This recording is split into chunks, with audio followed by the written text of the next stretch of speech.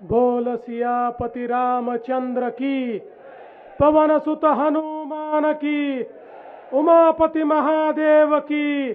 बोलो जी भाई सब संतन की, सनातन हिंदू धर्म की, गोमाता की, भारत माता की, छत्रपति शिवाजी महाराज की, धर्मवीर छत्रपति संभाजी महाराज की।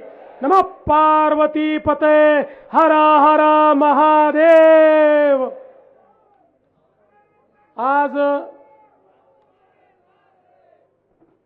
श्री संत सद्गुरु योगीराज गंगागिरी महाराज 179व्या अखंड हरिनाम सप्ताहाच्या निमित्ताने या ठिकाणी मंचावर उपस्थित आपल्याला आशीर्वाद देत असलेले परमपूजनीय रामगिरी महाराज, त्याचप्रमाणे महाराष्ट्राचे लाडके उपमुख्यमंत्री सन्माननीय एकनाथराव शिंदेजी, पालकमंत्री सन्माननीय राधाकृष्ण विखे पाटीलजी, माननीय भाऊसाहेब वाकचौरेजी, बाळासाहेब थोरातजी, आशुतोष काळेजी, अमोल खताळजी, विवेक कोल्हेजी, रमेश बोरनारेजी, विठ्ठलराव लंघेजी, भाऊसाहेब कांबळेजी, बाळासाहेब मुरकुटेजी, नितीन दिनकर, नितीन अवताळे, धनंजय धोरडे, मंचावरील सर्व मान्यवर आणि या ठिकाणी उपस्थित सर्व माझ्या भगिनींनो आणि भावांनो, आम्ही मुंबईवरनं उडालो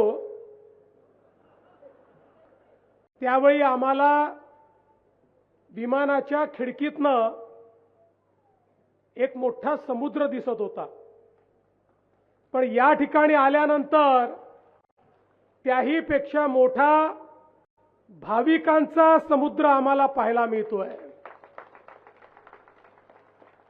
हरिनामाची आणि सद्गुरु योगीराज गंगागिरी महाराजांची आणि सद्गुरु रामगिरी महाराजांची किमया आहे की इतक्या मोठ्या प्रमाणात आपण सर्व लोक हरिनाम सप्ताहाच्या निमित्ताने या ठिकाणी आलात।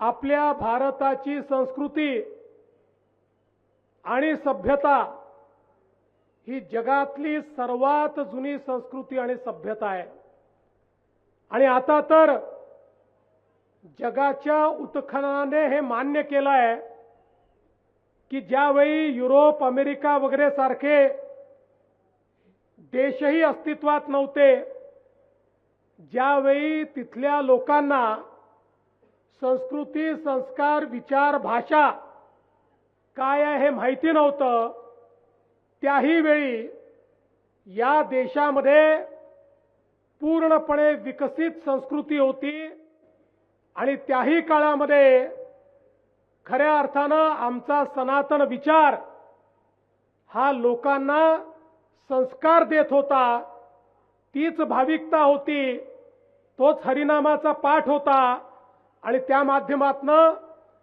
सातत्याने आमची संस्कृती, आमची सभ्यता आणि आमचा वारसा हा अखंड चालत होता। आज आपण बघा, जगाच्या इतिहासावर अनेक देशांमध्ये अनेक आक्रमण झाली आणि त्या प्रत्येक देशाचा इतिहास बदलला। आक्रमणामुळे विचार बदलले, धर्म बदलला, संस्कृती बदलली, पण आपल्या भारतामध्ये मात्र ते परिवर्तन होऊ शकलं नाही। हजारो वर्ष आक्रांत्यांनी आक्रमण केलं, पण त्या आक्रमणामुळे आमच्यावर त्याचा कुठलाही परिणाम झाला नाही।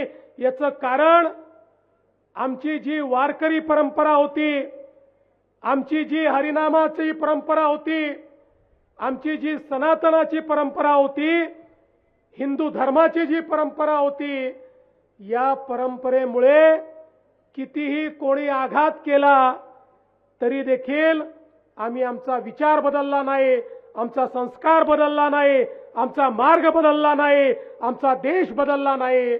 आणि म्हणूनच आक्रमणामुळे कदाचित ते किल्ले जिंकू शकले, आमची मंदिरं तोडू शकले, पण आमच्या मनामध्ये ईश्वराचं जे स्थान होतं ते मात्र ते बदलू शकले नाहीत. आणि याचं एकमेव कारण होतं या भारतातली गुरु परंपरा. सद्गुरूंनी जो विचार दिला, सप्ताहाने समाजाचं जे अभिसरण केलं, त्यामुळे आम्हाला मानसिकरित्या कोणी गुलाम करू शकलं नाही.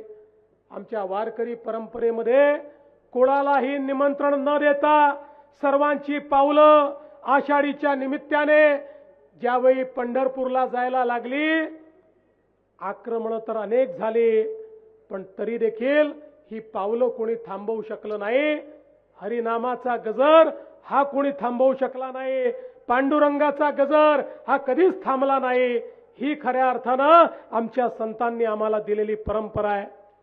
आज आपण बघू शकतो 179 वर्ष सातत्याने सद्गुरू योगीराज गंगागिरी महाराजांनी ही सप्ताहाची परंपरा दिली. कित्येक पिढ्या निघून गेल्या, पण परंपरा तिथेच आहे.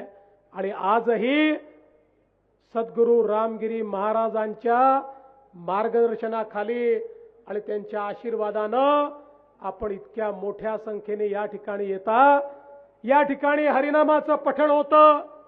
हरिनामाचं पठण याकरता महत्वाचं आहे, ज्ञानेश्वर माऊलींपासनं तर जगद्गुरु तुकाराम महाराजांपर्यंत आपल्याला सांगितलं की हरिनामच असं आहे की जे आपल्या दुःखाचं हरण करू शकतं. आणि म्हणून हरिनामाचा या ठिकाणी संकीर्तन केलं पाहिजे. आणि हरिनामाचा दुसरा परिणाम काय आहे? हरिनामाच्या संकीर्तनामुळे माझ्यातला मी मरून जातो आणि आपण सगळे एक होतो. कोणाचाही स्वार्थ त्या ठिकाणी राहत नाही, कोणीही स्वतःचा विचार करत नाही, कोणी जातीपातीचा विचार करत नाही. सगळे एक होतात, सगळे एकमेकांमध्ये विठ्ठल पाहतात, सगळे एकमेकांमध्ये हरीचा वास त्या ठिकाणी पाहतात. आणि म्हणून आजच्या जगामध्ये हरिनामाच्या संकीर्तनापेक्षा दुसरा कुठलाही मोठा उपाय नाही की ज्यातनं आपलं जीवन यशस्वी होऊ शकतं. आणि म्हणूनच मी खऱ्या अर्थानं परमपूजनीय रामगिरी महाराजांचे आभार मानतो की त्यांनी एवढा मोठा संप्रदाय या ठिकाणी उभा केला की जो संप्रदाय या ठिकाणी आमच्या भारताची, महाराष्ट्राची सज्जन शक्ती म्हणून या ठिकाणी काम करतोय, जो या ठिकाणी हरिभक्तीचं काम करत असताना आमच्यातलं अध्यात्म जीवित ठेवतोय, आमचे संस्कार जीवित ठेवतोय आणि पुढच्या पिढीमध्ये त्या संस्काराचं रोपण करण्याचं काम चाललंय. मला अतिशय आनंद आहे. मागच्या काळामध्ये आपल्या सरकारने निर्णय घेतला होता, सरला बेटावर ज्या ठिकाणी खऱ्या अर्थानं अध्यात्माचा त्या ठिकाणी वास आहे, ज्या ठिकाणून विचाराची प्रेरणा आपल्या सगळ्यांना भेटते, त्या सरला बेटावर वेगवेगळ्या प्रकारे विकास करण्याचा आराखडा आपण तयार केला. त्याचं काम देखील सुरू केलं. तिथला अतिशय चांगला हॉल झाला. रस्त्यांची कामं आता त्या ठिकाणी मोठ्या प्रमाणात पूर संरक्षणाची कामं आपण करतो. आणि पुढच्या काळामध्ये हा संपूर्ण विकास आराखडा झाल्यानंतर अतिशय सुंदर अशा पद्धतीनं हे जे आमचं सरला बेट आहे हे संपूर्ण महाराष्ट्रातनं येणाऱ्या भाविकांकरता एक अतिशय ऊर्जेचं केंद्र असेल. आता त्या ठिकाणी सोलरचं काम देखील आम्ही हातामध्ये घेतो आणि संपूर्ण सोलरच्या विजेच्या माध्यमातून त्या ठिकाणी व्यवस्था उभ्या करण्याचं काम आम्ही करतो आहोत. आणि मी विश्वासानं सांगतो की सद्गुरू रामगिरी महाराजांच्या आशीर्वादानं आपल्या महाराष्ट्रातलं एक प्रमुख तीर्थस्थळ म्हणून सरला बेटाचा विकास त्या ठिकाणी केल्याशिवाय आपलं सरकार थांबणार नाही.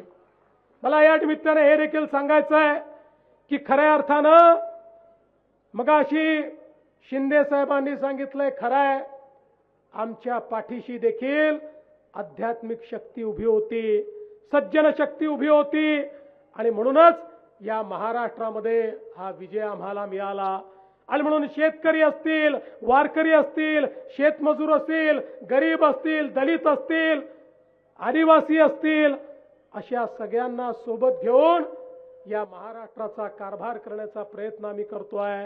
आणि मला सांगताना आनंद वाटतो की आमच्या शेतकऱ्यांना आम्ही जो शब्द दिला होता तो शब्द पूर्ण करत या ठिकाणी कर्जमाफीची केवळ घोषणा नाही तर कालपर्यंत 12.5 लाख शेतकऱ्यांच्या खात्यामध्ये पैसे देखील आम्ही पोहोचवले.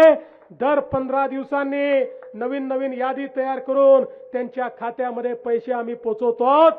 56 लाख शेतकऱ्यांना कर्जमाफी देण्याचा हा उपक्रम आता आपण सुरू केलेला आहे आणि शेतकऱ्यांच्या पाठीशी आपलं सरकार उभं आहे. मला आनंद आहे की आपल्या सरकारने शेतकऱ्यांना त्या ठिकाणी मोफत वीज देण्याचा निर्णय केला. आज शेतकऱ्यांना मोफत वीज आपण देतो आणि त्यासोबत आपण निर्धार केला होता की शेतकऱ्यांना दिवसाच 365 दिवस वीज मिळाली पाहिजे. 75% शेतकऱ्यांना दिवसा 8 तास वीज आपण देतोय. हळूहळू 100% शेतकऱ्यांना देऊ आणि त्यानंतर शेतकऱ्यांना 12 तास 365 दिवस मोफत वीज देण्याचा निर्णय देखील आपण घेतलेला आहे. आणि एवढंच नाही तर पूर्वीचे आमच्या शेतकऱ्यांवर 58,000 कोटी रुपयाची बिलं थकीत आहेत. आपल्या सरकारनं निर्णय केला 58,000 कोटी रुपयाची थकीत बिलं ही देखील आम्ही माफ करतो आहोत. शेतकऱ्यांकडून त्याची देखील वसुली या ठिकाणी करायची नाही हा निर्णय आपण केलेला आहे. कारण आमचा बळीराजा आमचा शेतकरी हा खऱ्या अर्थानं आमच्या केवळ ग्रामीण भागाचा नाही तर आमच्या अर्थव्यवस्थेचा कणा आहे. आणि तोच खऱ्या अर्थानं अशा प्रकारच्या आमच्या हरिनामाच्या माध्यमातनं आमच्या सप्ताहाच्या माध्यमातनं आपल्या आध्यात्मिक शक्तीला जागृत ठेवतो. आणि त्यामुळेच आमचे संस्कार आमच्या परंपरा या चांगल्या पद्धतीने या ठिकाणी चाललेल्या आहेत. मी या निमित्ताने आपल्या सर्वांना आश्वस्त करतो. शिंदे साहेबांनी देखील या ठिकाणी सांगितलेलं आहे. काही लोक आमचे सद्गुरू रामगिरी महाराजांकडे ही धमक्या पाठवतात. त्यांना मी सांगून देऊ इच्छितो अशा प्रकारे धमकी देण्याचं काम कोणी केलं तर त्याला नेस्तनाबूत करून टाकू. आम्ही केसाला देखील धक्का लागू देणार नाही. केसालाही धक्का लागू देणार नाही लक्षात ठेवा. आणि खऱ्या अर्थानं आपल्या सगळ्यांचं पाठबळ आपले आशीर्वाद जर आमच्या पाठीशी आहे तर मला या निमित्ताने निश्चितपणे असं वाटतं हा जो सन्मार्ग आपण सगळ्यांनी स्वीकारलेला आहे या सन्मार्गावरनं चालण्यापासून आपल्याला कोणीही थांबवू शकणार नाही हा विश्वास व्यक्त करतो. आणि हा आशीर्वाद घेण्याकरता काल्याचं कीर्तन या ठिकाणी आहे आणि त्यानंतर प्रसाद आहे. तो प्रसाद ग्रहण करण्याकरता या ठिकाणी आपण सगळे लोक उपस्थित झालेलो आहोत. या आनंद सोहळ्यामध्ये आम्हालाही सहभागी करून घेतलं त्याबद्दल आपले मनापासून आभार मानतो आणि माझे 2 शब्द संपवतो. धन्यवाद. जय हिंद, जय महाराष्ट्र, रामकृष्ण हरी.